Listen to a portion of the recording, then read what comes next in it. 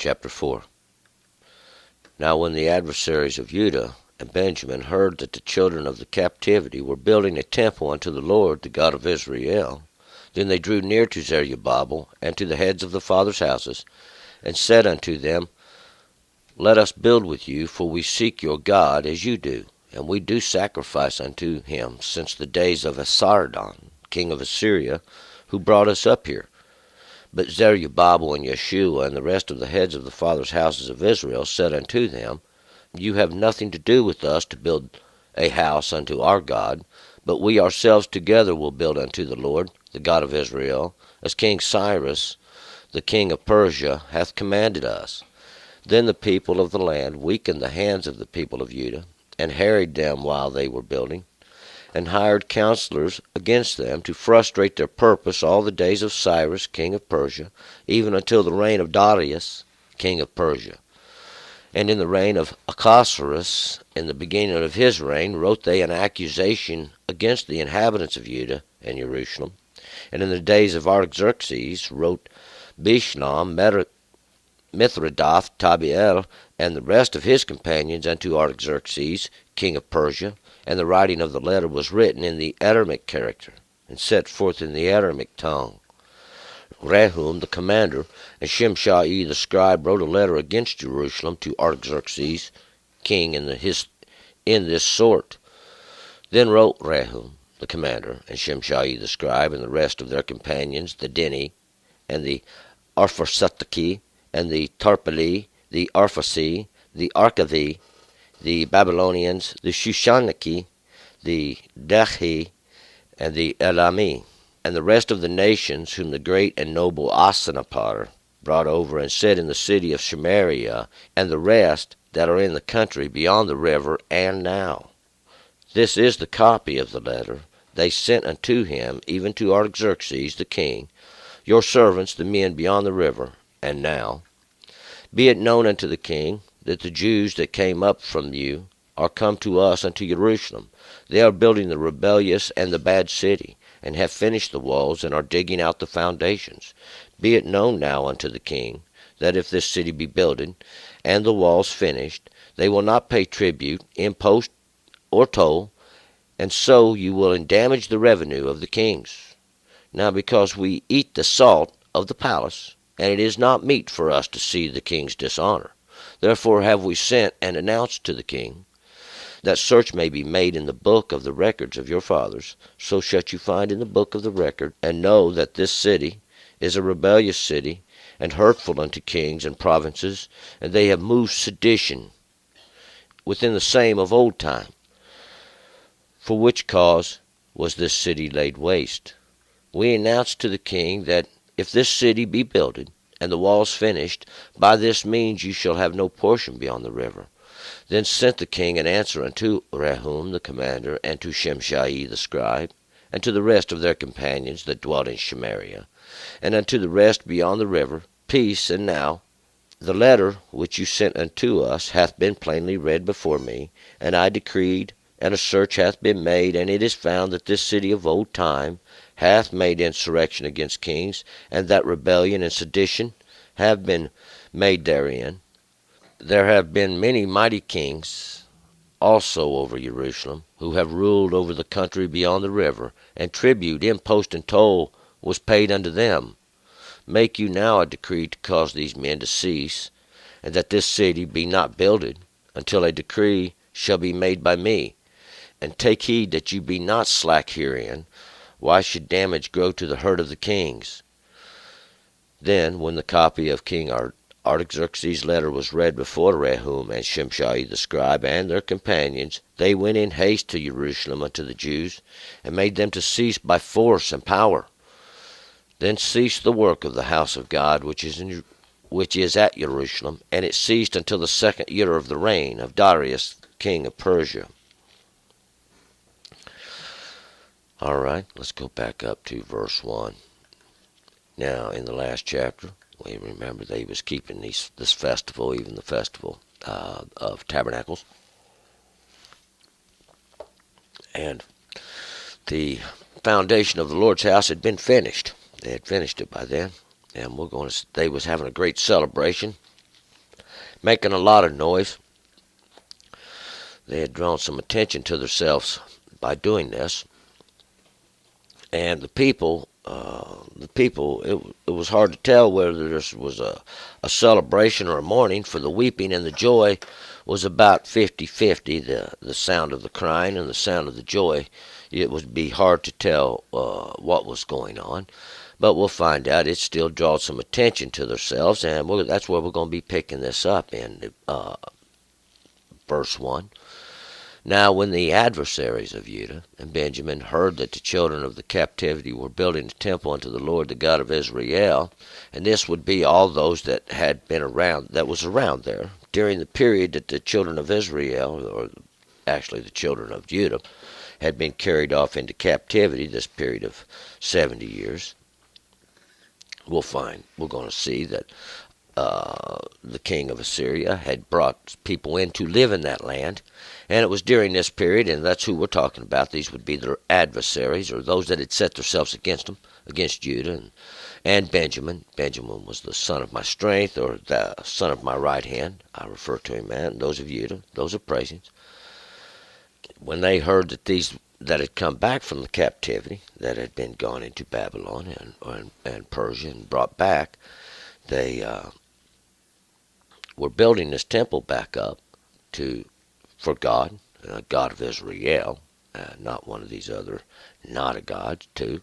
Then they drew near to Zerubbabel and to the heads of the fathers' houses, and said unto them, Let us build with you, for we seek your God as you do, and do sacrifice unto him since the days of Esarhaddon, king of Assyria, who brought us up here.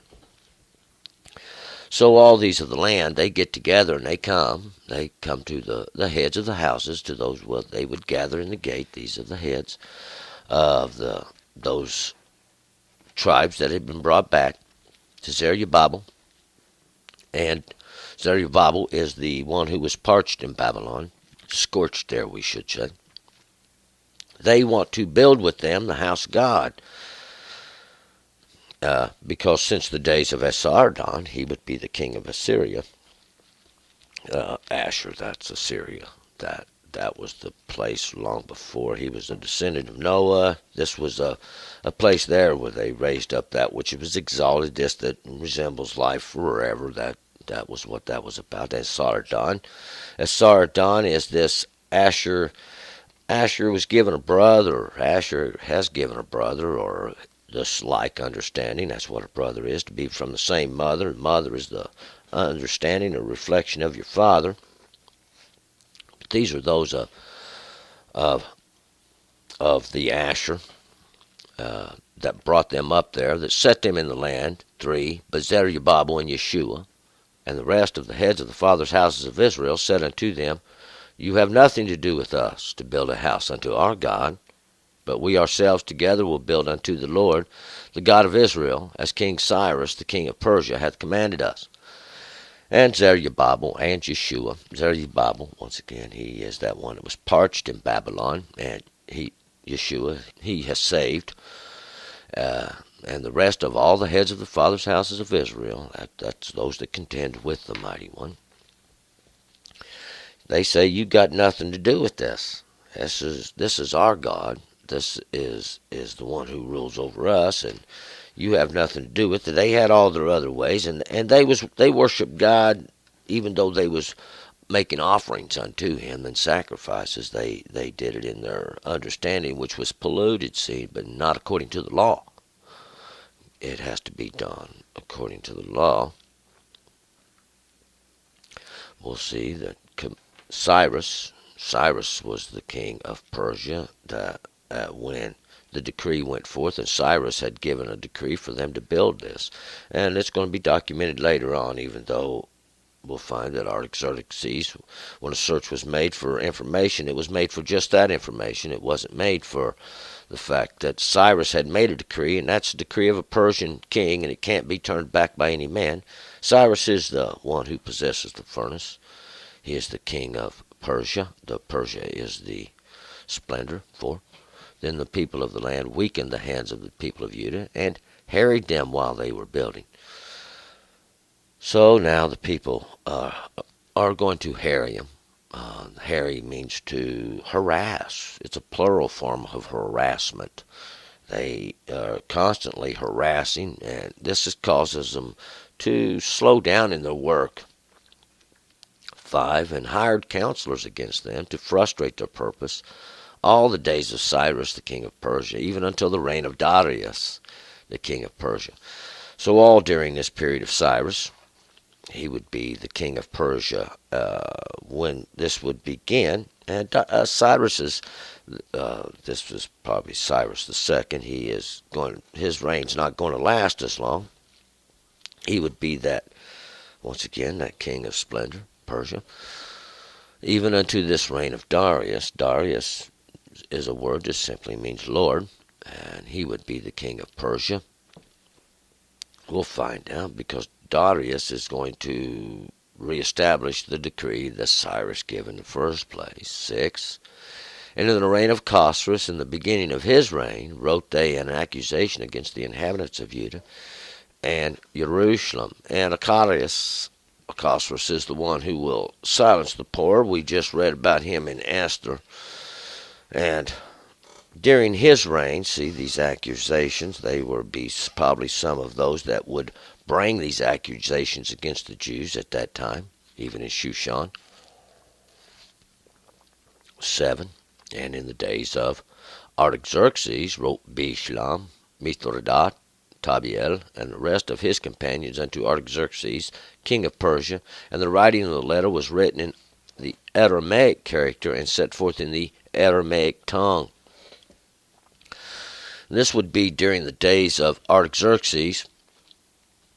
Artaxerxes is this one who will, it means I will stir myself up to cool, or possibly from that which was boiling, even to stir it, to cause it to cool. Even we'll find out it's the judgments. He wrote unto Bishlam. Bishlam is this peace. Bishlam means in peace, and Mithridat means, remember, Mithradat, or Mithra has given. Mithra was this. He was one who was close to the king, and was the ones who handed out the stuff that Cyrus ordered to be given to Sheshbazzar, which was the prince of Judah, who is Zerubbabel. And Tabiel is this goodness of the mighty one, and the rest of his companions, all these that had written to Artaxerxes, unto Artaxerxes the king of Persia, and the writing of the letter was written in this Aramaic character, or in the letters of an Aramaic tongue. It was so that most people wouldn't be able to read it, of the Jews and those of Judah. We can find that documented in Hezekiah. The Eliakim said to speak in the Aramaic language, because that way no one else could understand it. Artaxerxes, he was the king of Persia during that period of time. We'll find out. This covers several different periods of time, because in about 100 years the kings of Persia would change hands about 4 times. But this Aramaic tongue is the language of the exalted ones. 8. Rehum the commander and Shimshai the scribe wrote a letter against Jerusalem to Artaxerxes the king in this sort. And Rehum is he was the compassionate, or the one who showed compassion. Shimshai, that Shimshai means the sun. Shimshai is like the sun, or the light that comes from it, and even those that worship that sun image.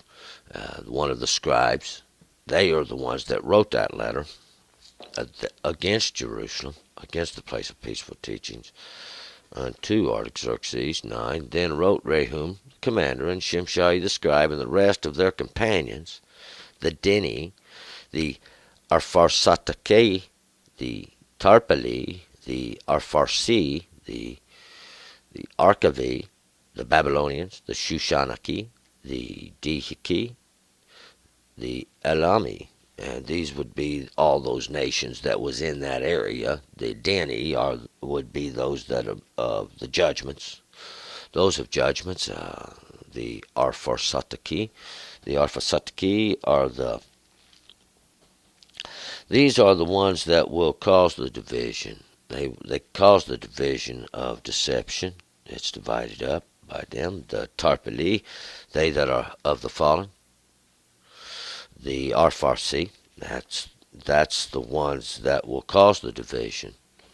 The Arkavi, those ones that I will lengthen, are the ones that are lengthened, the lengthened ones. The Babylonians, that's those of confusion. The Shushani, the Shushanki, these are the Shushanki are those that are spring forth. Those are the spring forth. That's the Shushan. Shushan are those, even those from Shushan. Shushan is that lily, that which springs forth. And these are those of that place which springs forth. The Dehi, the Deki, that's the sickly.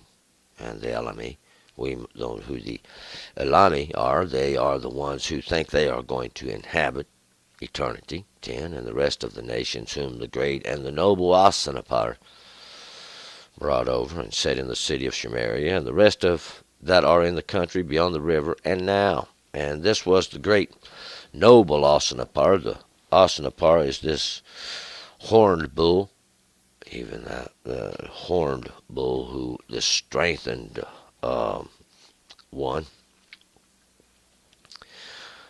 He had brought these from Assyria and other places. They were captives from other nations, and he had brought them to the city of Samaria, that's a place of dregs, and placed them into that country. And these are the ones that was writing the letter to Artaxerxes. And this is the copy, 11, of the letter that they sent unto him, even unto Artaxerxes the king, your servants, the men beyond the river, now. And this would be a way of greeting. They would write his servants, because they did serve. And 12, be it known unto the king that the Jews that come up from you are come to us unto Jerusalem. They are building the rebellious and the bad city, and have finished the walls, and are digging out the foundations. And they was going to let the king know, Artaxerxes, that the Jews, these are ones from Judah, that were taken captive, they have come to Jerusalem, that's that city of peaceful teachings, and are building the rebellious and bad city, because they're going to let him know about some of the bad things that's happened there and call it to memory. And they are digging out the walls. That's those things that surround or enclose. Anytime we see a wall, it's just something that divides that from without, from within. And digging out the foundations, that's the place where the walls are laid upon. 13. Be it known now unto the king, that if this city be builded, and the walls finished, they will not pay tribute, impost, or toll, and so you will damage the revenue of the kings. Be it known now unto the king, that if this city be builded, and the walls finished, they will not pay tribute, impost, or toll. They ain't going to pay tax to you. See, we'll find it. They're going to pay tax unto God. They're going to give God his portion, but they're not going to give the king anything, and it's going to damage the revenue of the kings now. 14. Now because we eat the salt of the palace, and it's not meet for us to see the king's dishonor, therefore we have sent and announced it to the king. Now because we eat the salt of the king's of the palace, that's the same as coming off the king's table. In other words, it's another manner of speech, another saying, so to speak. This salt of the palace, that's the seasoning of the palace. We get all the goodness of the land from you, king. We don't want to see the king dishonored. We don't want to see the king lose any money. 15. The search may be made in the book of the records of your fathers, so shall you find in the book of your records. And know that this is a rebellious city, and hurtful unto the kings and provinces, and they have moved sedition within the same of old time, for which cause this city laid waste. Search the books, look it up, and you're going to find out that this city, Jerusalem, this is a rebellious city. Rebellious. They rebelled against God. They rebelled against all manners of kings, even the king of Babylon. Now, that's what they're talking about when Zedekiah rebelled against Babylon, the king of confusion. They're hurtful. They've been hurtful to the kings before, caused a lot of trouble, and in times past and of old, they have moved sedition, and they have worked for no good. They have worked no good, and even worked for rebellion. 16. We announce to the king that if this city be builded and the walls finished, by this means you shall have no portion beyond the river. So they're warning the king now, and announce to the king that if they finish building this city, that's that place that's got a garden, and the walls, those things are going to separate there. If it be finished by this, you shall have no portion beyond the river.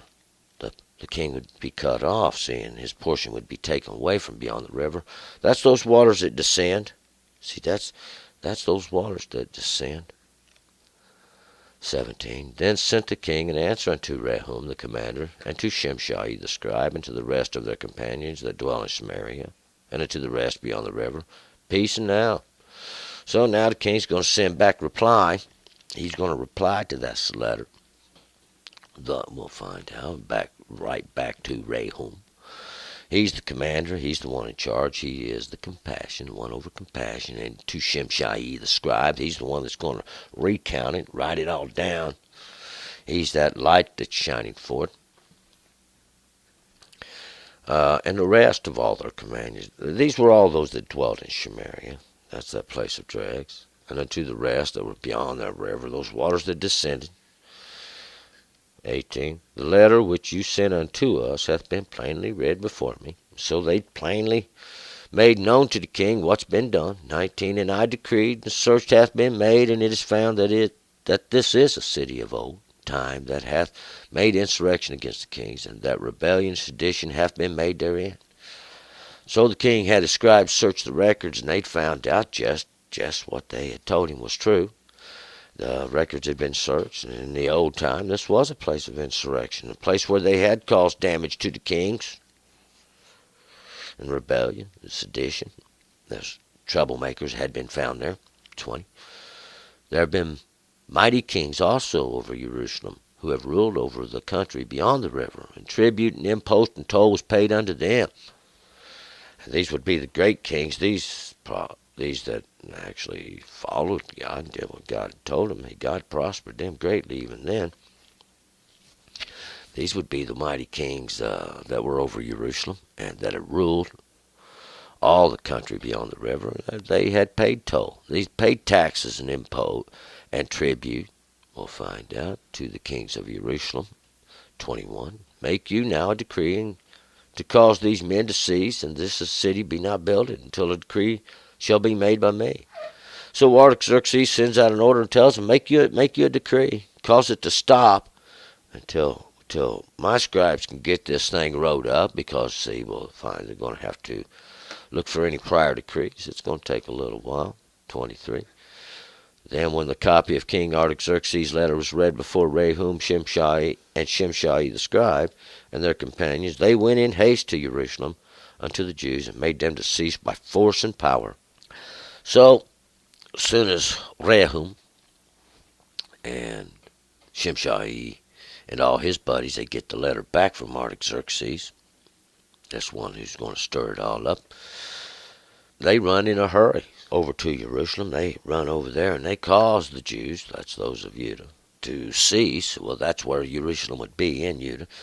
They would cause these of Judah even to cease from working on the house of God by force, by power, by this order even sent by Artaxerxes. 24.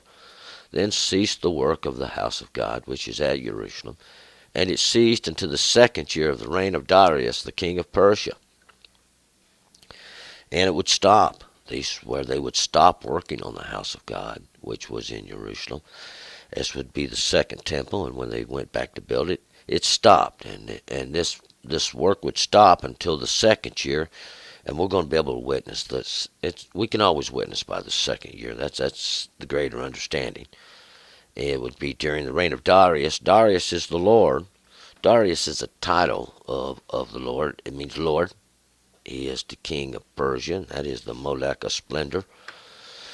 We're going to find out that during this period, while the work stopped, we'll find out in the next chapter. This is where Haggai and Zechariah would start their prophecies. They would begin prophesying, and we're going to find that actually documented in the next chapter. And this would be a good time to read those prophecies right there. But we're going to pick it up in the next chapter, chapter 5. Turn and return.